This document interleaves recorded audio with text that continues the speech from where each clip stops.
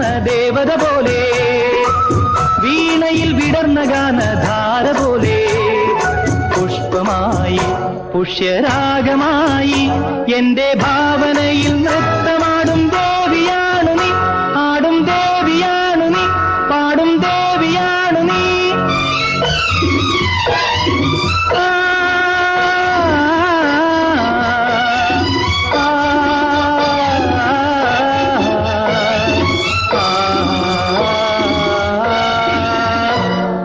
പുഞ്ചിരിച്ചാൽ പൂനിലാവുദിക്കും, നീ സഞ്ചരിച്ചാൽ പുൽക്കൊടിയും പൂക്കും, വാക്കുകളാൽ തേൻപുഴകൾ തീർക്കും.